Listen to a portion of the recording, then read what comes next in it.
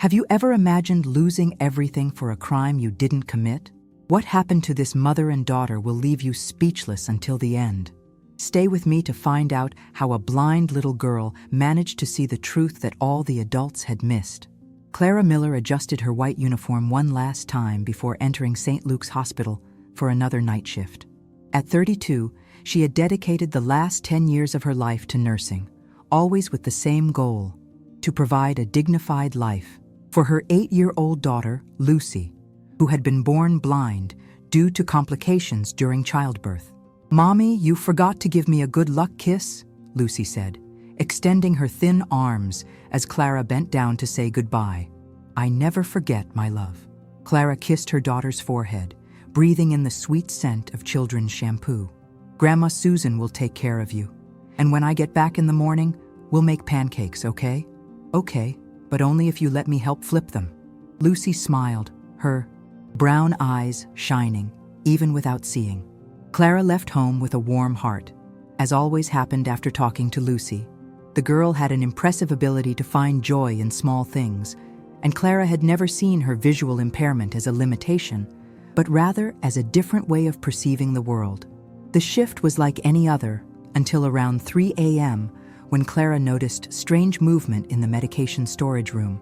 She heard low voices coming from there, but when she approached to check, she only found Mark Peterson, the hospital administrator, organizing papers. "Hi, Clara, you startled me." Mark smiled, but there was something forced in his expression. "I'm just checking some inventory. You know how concerned the board is about internal controls?" "Of course, Mark. Do you need help?" No. You can go. Thanks." Clara found it strange, but didn't give it much importance. Mark had always been a reserved man, and administrative matters were not really her responsibility. The next morning, when Clara arrived home carrying ingredients for the promised pancakes, she found 3 police cars parked in front of her humble house in the neighborhood. "Mommy!" Lucy ran towards her, guided by the familiar voice. "Grandma is crying, and there are strange men here." "Calm down, my love." Clara picked up her daughter, her heart pounding. "What's happening, Grandma Susan?" The 70-year-old woman was visibly upset. "Clara, my daughter, they're saying you stole medicine from the hospital." "What?" Clara felt the world spin. This is a terrible misunderstanding. "Clara Miller," a detective approached. "You are under arrest for misappropriation and aggravated theft of controlled medications valued at over $50,000. "That's impossible. I would never." Clara hugged Lucy tighter, feeling her daughter's small hands cling to her neck. "Mommy, what does arrested mean?" Lucy whispered in her mother's ear, her voice trembling. "It's a misunderstanding, my love. Mommy didn't do anything wrong." During the house search, Lucy stayed by her grandmother's side, but her attentive ears caught every conversation, every sound, every detail that the adults ignored because they were focused on visual investigation. "Found it!" a police officer announced, pulling a box of high-potency medications from inside Clara's closet. "Exactly. The medications that disappeared from the hospital." Clara looked at the box in horror. "I've never seen this in my life. Someone put it here." "That's what everyone says, madam." The detective shook his head. "You'll have to come with us." As Clara was handcuffed, Lucy slowly approached, her fingers delicately touching her mother's arm. "Mommy, I know you didn't do it," she said softly, but her voice carried a conviction that surprised everyone present. "Your steps are different when you're nervous, and last night when you arrived, you were normal. If you had done something wrong, I would have noticed." The detective looked at the blind girl with a mixture of pity and skepticism. "Child, you don't understand the situation." "I understand more than you think," Lucy interrupted, her voice firm despite her young age. "My mother would never lie to me, and I would never lie for her." When Clara was taken away, Lucy stood at the door, listening to the sound of the police car driving away. Tears rolled down her face, but her determination was visible. "Grandma," she said, tugging on Grandma Susan's skirt. "Mommy needs our help, and I'm going to help her my way." Have you ever been unfairly judged? Sometimes, when all seems lost, it's the faith of those who love us that gives us the strength to keep fighting for the truth. 3 days after Clara's arrest, John Smith received the call that would change his routine as a public defender. At 40, he had seen it all: impossible cases, guilty clients claiming innocence, and innocent people who seemed guilty. But there was something about Clara Miller's case that intrigued him. From the very beginning, "Mr. Smith, my name is Susan Miller." The elderly voice on the other end of the line trembled with nervousness. "My granddaughter needs a lawyer. She's been accused of theft, but I know she's innocent." "Mrs. Miller, all family members believe in their relatives' innocence," John explained gently. "I need to analyze the case based on the evidence. Doctor, I raised this girl. I know every fiber of her character. Clara would rather starve than steal a cent from anyone." When John met Clara in prison for the first time, he was impressed by her serenity. She didn't show the typical despair of guilty people caught red-handed, nor the exaggerated revolt of innocent people in denial. There was a deep sadness in her eyes, but also a dignity that touched him. "Doctor, I know the evidence is against me," Clara said, her hands intertwined on the cold visiting room table. "But I swear on my daughter's life that I never touched those medications. Tell me about your routine at the hospital, Clara. Who had access to the storage room?" "Several employees, shift nurses, doctors, supervisors, and administrative staff. Mark Peterson, the administrator, was always there checking inventory." John made notes. "Did you have any financial problems that would justify it?" "I've always had difficulties, doctor. I'm a single mother. I raised Lucy alone, but never, at any time, did I consider stealing. My daughter may not see with her eyes, but she sees everything with her heart. How would I explain to her that her mother is a criminal?" That same day, John visited the Miller household to meet Lucy. The girl received him with curiosity, but also with a surprising maturity for her 8 years. "Are you going to save my mom?" Lucy asked directly, sitting on the small living room sofa. "I'll try, Lucy, but I need your help. Can you tell me everything you remember about the day your mother was arrested?" "I can, but I can tell you other things too." "What other things?" Lucy took a deep breath, organizing her thoughts.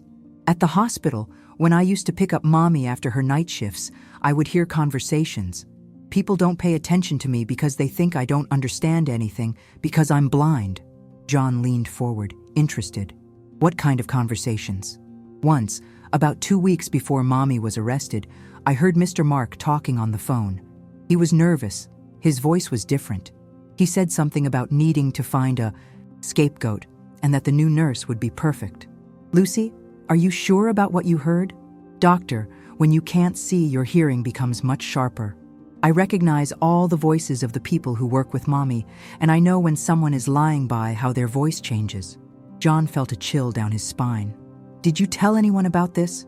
"I tried to tell Grandma, but she said I was imagining things. I tried to tell Mommy, but she was always too tired after her shifts." "Lucy, this is very important. Do you remember anything else about that conversation?" The girl closed her eyes, concentrating. "He mentioned a name, Fred or Freddie, something, and said that the scheme was getting too dangerous and that he needed to clear his name soon." John made frantic notes. If Lucy was right, Mark Peterson was not just a witness. He was the real culprit. "Doctor," Lucy continued, "I know adults think children don't understand anything, especially blind children, but I hear everything. And I know my mother is being blamed for something she would never do. Lucy, would you be willing to repeat all this in court?" "I would. But will adults believe me?" John looked at that small girl with eyes that didn't see but seemed to see further than any adult. "I'll make them believe." When John left the Miller household, his mind was buzzing with possibilities. He had a witness, an 8-year-old blind child, who might have overheard the real culprit's confession. The problem was that the justice system rarely took children's testimonies seriously, especially when they had disabilities. The next morning, he met with Clara again. "Clara, your daughter told me very important things, but I need you to tell me, is there any way to prove that Mark Peterson had a motive to steal these medications?"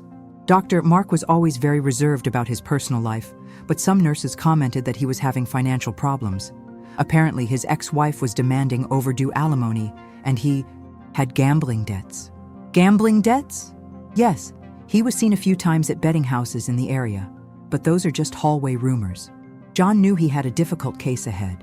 The physical evidence against Clara was solid. Lucy's testimony would be questioned, and he would have to prove that Mark Peterson had planted the evidence in the Miller household. When Clara asked about her chances of winning, John was honest. "Clara, I won't lie to you. It's a difficult case, but your daughter gave me something I didn't have before. Hope. And sometimes hope is all we need to find the truth."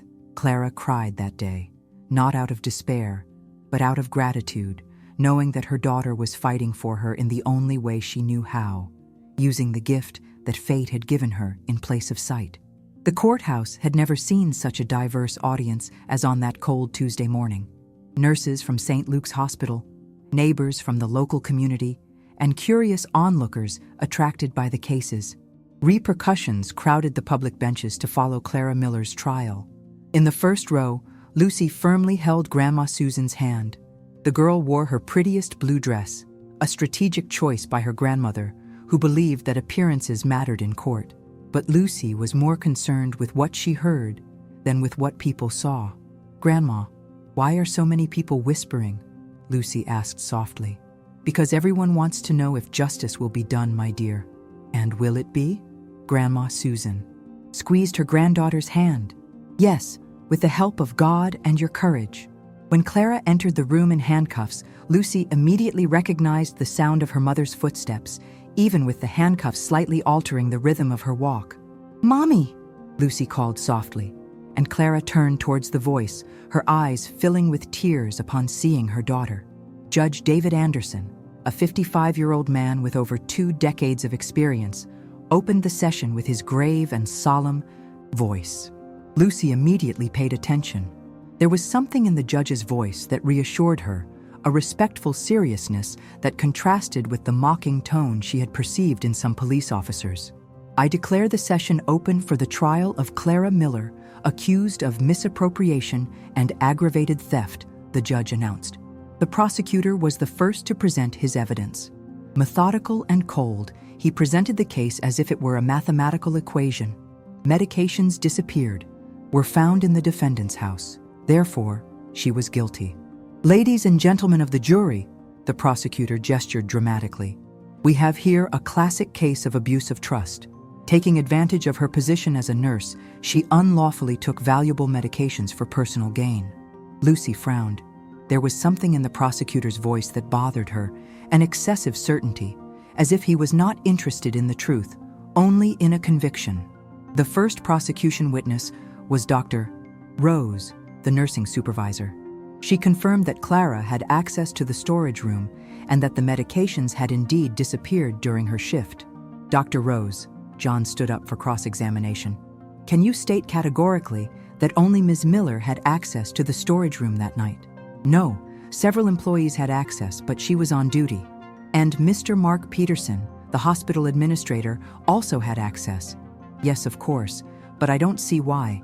"Thank you, doctor." When it was Mark Peterson's turn to testify, Lucy straightened in her chair. She had spent days mentally preparing for that moment, the moment she would hear again the voice of the man she was sure was the real culprit. "I am Mark Peterson, administrator of St. Luke's Hospital for 5 years," he began, his voice clear and confident. Lucy immediately recognized the tone. It was the same voice she had heard in the suspicious phone conversation, but now there was something different, an underlying nervousness that only her trained ears could detect. "Mr. Peterson," the prosecutor continued, "can you tell us about the discovery of the theft?" "Of course. During a routine audit, I discovered that valuable medications were missing. We traced the last access to the storage room and found that it had been during Miss Clara's shift." Lucy leaned towards Grandma Susan. "Grandma, he's lying," she whispered. "How do you know, dear?" "His voice is trembling at a frequency only I can hear. It's like when you lie about eating the last candy." When John stood up to cross-examine Mark, Lucy paid extra attention. "Mr. Peterson, were you aware of any financial difficulties Ms. Miller had?" "Not specifically, but everyone knows nurses don't earn much." "And what about you? How is your financial situation?" Mark hesitated for a fraction of a second, long enough for Lucy to notice. "My financial situation is irrelevant to this case. Please answer the question. I am facing some temporary challenges, but that has nothing to do with the theft. Do those challenges include gambling debts? How did you know that? John smiled. Just answer yes or no. Yes, but during the break, Lucy tugged on John's jacket. Doctor, I need to talk to you. Of course, Lucy. What is it? When Mark was speaking, I noticed his tone of voice changed twice. Once when you asked about money, and another when he said Mommy had access to the storage room. What does that mean? It means he was more nervous than he was pretending to be. And there's one more thing. His breathing became faster when you mentioned the debts. Just like when my mom gets nervous and tries to hide something. John looked at the 8-year-old girl with growing admiration. Lucy, you would be an excellent detective. Doctor, do you think the judge will believe me when I tell him what I heard? John knelt down to be at the girl's level. Lucy, some adults have difficulty understanding that children, especially blind children, can perceive things they don't. But I believe in you, and I will do my best to make others believe too. When the session resumed, Clara was called to testify. Lucy heard her mother's voice tremble with emotion, yet it was firm. In truth, I would never steal anything from the hospital where I work, Clara declared. Besides being against my principles, it would harm the patients who depend on these medications.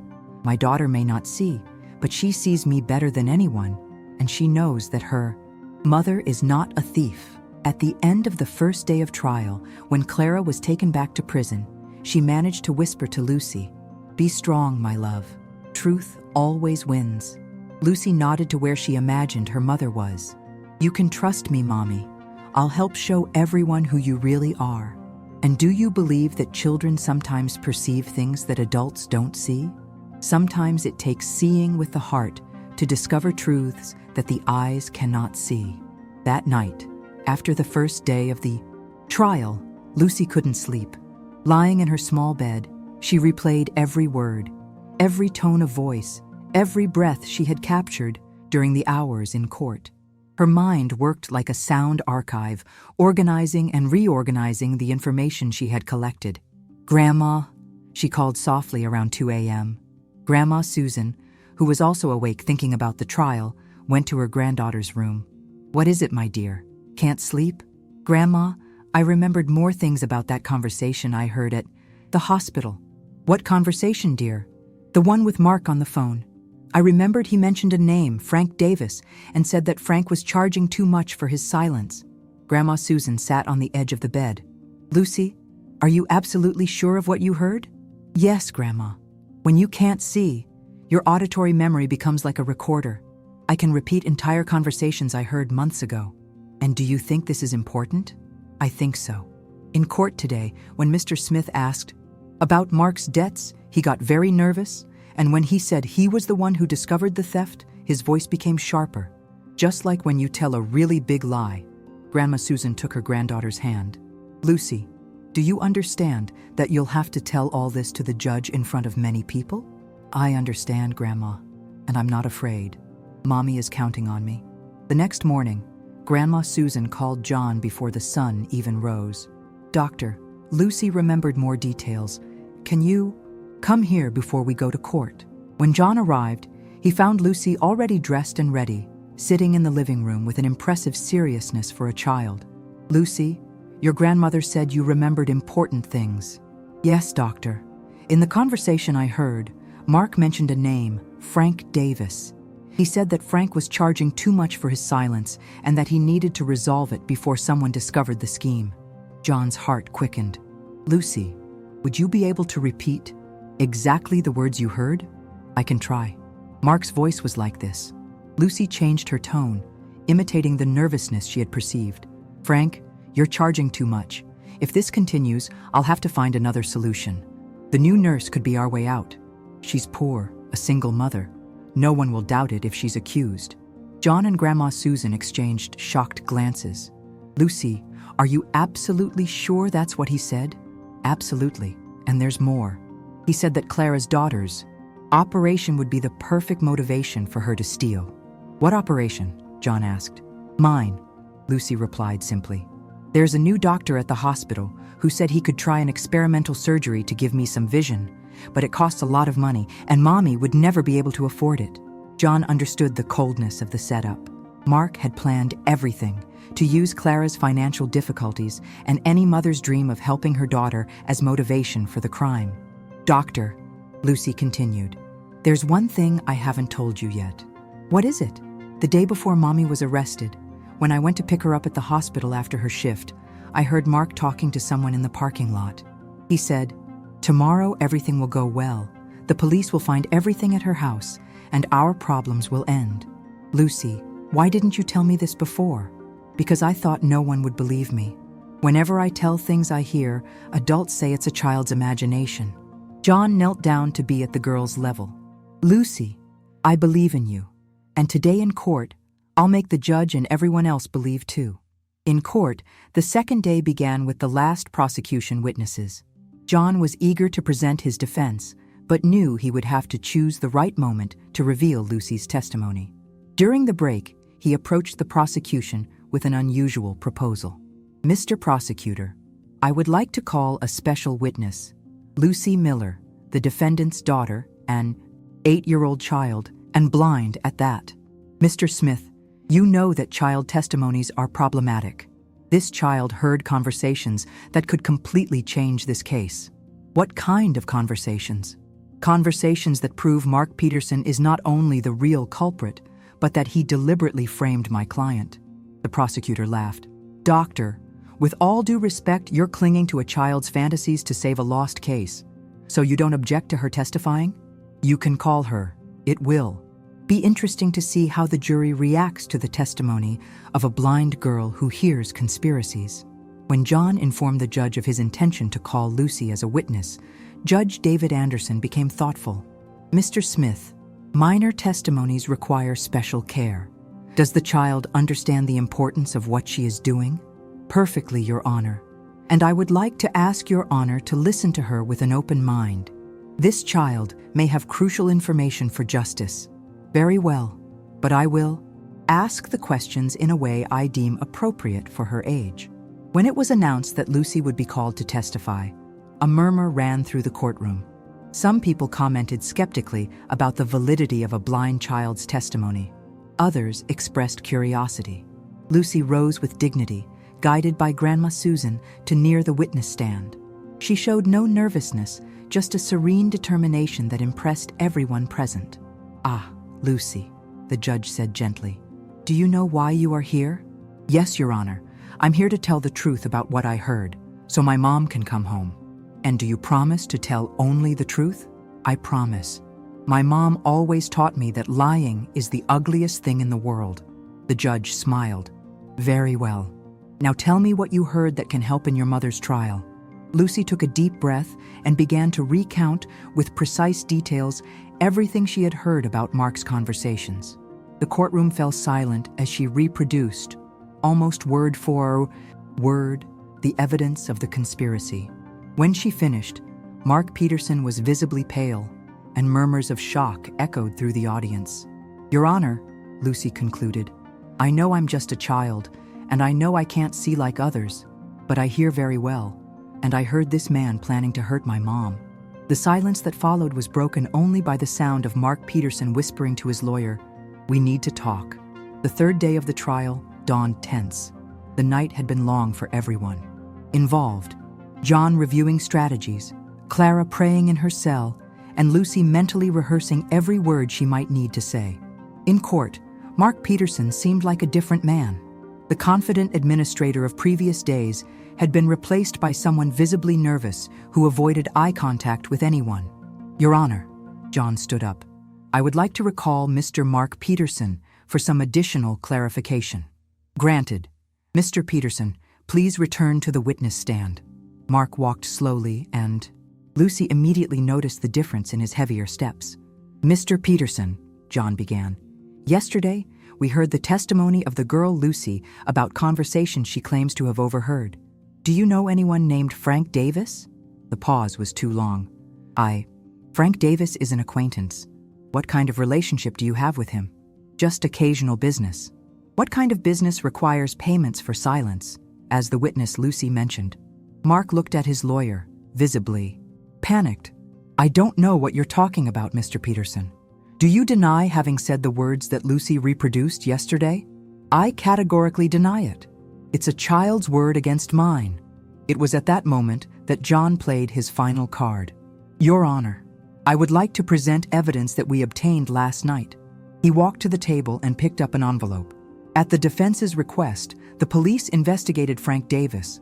They discovered that he has a history of blackmail and that he maintained frequent contact with Mr. Peterson.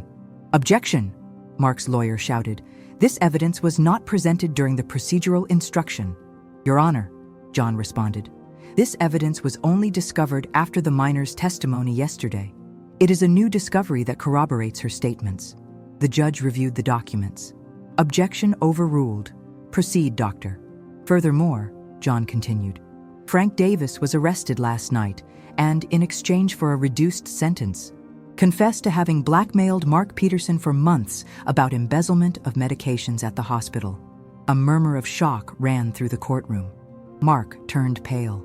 This is a setup, he shouted, losing his composure. Mr. Peterson, the judge intervened severely. Control yourself. Proceed, Mr. Smith. Frank Davis stated that Mark had been diverting medications for over a year and that he had recently decided to frame an employee to take the pressure off himself. The name mentioned was Clara Miller. At that moment, Lucy stood up from her chair. Your Honor, she said with a clear and strong voice. The entire court turned to her. The judge, surprised but respectful, asked, Yes, Lucy, can I say one more thing? You may, my child. Lucy walked a few steps towards the witness stand, her small figure commanding the attention of the entire room. Your Honor, Mr. Mark is lying now too. Can I prove it? Like yesterday when I told about the conversations I heard, he got nervous. Today he's scared. His breathing is different, faster. And when Mr. Smith talked about Frank, I heard him whisper to his lawyer, I'm screwed. That's impossible, Mark shouted. She was too far away to hear. Mr. Peterson, Lucy turned towards his voice. Did you forget that I hear things that other people don't hear, just like when I heard you talking about framing the nurse on the phone? The judge observed Mark, who was visibly out of control. Mr. Peterson, do you have anything to declare? It was at that moment that something unexpected happened. Mark abruptly stood up and started walking towards the exit, but Lucy, guiding herself by the sound of his footsteps, extended her arm and held the sleeve of his jacket. Don't run, she said simply. Don't read the verdict yet, Your Honor. He's going to confess. The entire courtroom fell silent. An 8-year-old blind girl had stopped an adult man simply with the strength of her conviction. Mark looked down, seeing that small child holding his jacket, and something inside him broke. She's right, he said, his voice coming out as a whisper. She's right about everything. The judge leaned forward. Mr. Peterson, what are you saying? Mark slowly returned to the witness stand, defeated. I diverted the medications. Frank had been blackmailing me for months. When the pressure became too great, I needed to find someone to blame. And you chose Miss Clara. She was perfect, a single mother with a disabled child. She needed money. No one would doubt it if she were accused. Clara, who had remained silent throughout the trial, began to cry, not from sadness, but from relief. How did you plant the evidence in her house? John asked. I knew where she lived. I went in during her shift and put the medications in her closet. I thought it would be a simple, quick case, and I didn't count on Lucy? Mark looked at the girl who was still standing near the witness stand. No, I never imagined that a child like her could hear and understand so much. The judge banged his gavel. Mr. Mark Peterson, you are publicly confessing to the crimes of misappropriation, perjury, and slander. I am confessing everything. Lucy finally released Mark's jacket and slowly walked back to the bench where Grandma Susan was. The entire court watched her in silent reverence. Your Honor, she said before sitting down. Now can you release my mom? Judge David Anderson, with over 20 years of career, had never witnessed a scene like that. Lucy, your courage saved your mother and ensured that justice was done. I just did what any daughter would do. I fought for whom I love. The judge's gavel echoed through the room in 3 solemn strikes that marked the end of one of the most emotional trials in the courthouse's history. I declare Clara Miller innocent of all charges, Judge David Anderson announced with a firm voice, and I order the immediate arrest of Mark Peterson for the confessed crimes. The courtroom erupted in applause. Lucy, who had remained serene throughout the confession, finally let the tears roll when she heard the handcuffs being removed from her mother. "Mommy!" she shouted, running towards the familiar voice. Clara picked her up, hugging her as if she never wanted to let go. "My love, you saved Mommy. How were you so brave?" "I learned from you, Mom. You always taught me that truth is stronger than any lie." Judge David Anderson approached the family. "Lucy, in all my years as a judge, I have never seen a display of courage like yours. You not only saved your mother, you taught us that justice sometimes comes in the most unexpected ways. Thank you, Your Honor, but I just did what was right." John hugged Clara, emotional. "Clara, you have an extraordinary daughter." "I know," Clara smiled, kissing Lucy's forehead. "She has always been my greatest strength." Mark was led away in custody, head bowed. Before leaving the room, he looked at Lucy one last time. "Child, I'm sorry. I never thought that a blind child could see the truth." "You learned that seeing isn't just with the eyes," Lucy completed without anger in her voice. 6 months later, St. Luke's Hospital organized a special ceremony. Clara had returned to work as a nursing supervisor, a promotion that came with recognition of her integrity. Lucy was by her side, wearing a Medal of Civil Honor awarded by the local authorities. "Lucy Miller," the authority announced, "you proved that true vision comes from the heart and courage. This medal is an acknowledgement that you helped justice when all the adults failed." "Thank you," Lucy said into the microphone. "But I want to say one thing. I'm not special because I'm blind. I'm special because my mother taught me to always fight for what is right." The audience rose to their feet to applaud. Judge David Anderson, who was present at the ceremony, approached later. "Lucy, you changed my way of conducting trials. Now I always remember that truth can come from where we least expect it." "Your Honor, can I make a request?" "Of course, my child. When other judges don't believe children, can you tell them my story?" "I promise I will." That night at home, Clara tucked Lucy into bed as she did every night. "Mommy, do you think what happened will help other people?" "I'm sure it will, my love. Your courage showed that no matter our age or our limitations, when we fight for the truth, we can always make a difference." "And the operation on my eyes?" Clara smiled. "With the compensation we'll receive from the hospital for everything we went through, we can certainly try. But you know something? You already see more than many people who have perfect eyes." "How so?" "You see with your heart, Lucy, and that's the most important kind of vision there is." Lucy smiled, hugging her pillow. "Mommy, I think fate made me blind so I could see things that other people don't." "Perhaps so, my love. Perhaps so." 3 years later, Lucy began visiting schools, telling her story to other children. She always ended her speeches with the same phrase: "No matter what others say you can't do, if you believe in yourselves and fight for the truth, you can change the world." Clara watched her daughter speak with infinite admiration. Mark had tried to destroy her family, but ended up making Lucy a symbol that justice can come from the most unexpected places. And when people asked Lucy if she was angry at Mark, she always replied, "I'm not angry. I feel pity. He had eyes to see, but chose to live in darkness. I don't have eyes, but I live in the light of truth." If this story of courage and determination touched you, comment on what you thought. Like if you believe that truth always wins, and subscribe for more inspiring stories. Sometimes the greatest heroes come in the smallest packages, and true vision does not depend on the eyes, but on the courage of the heart.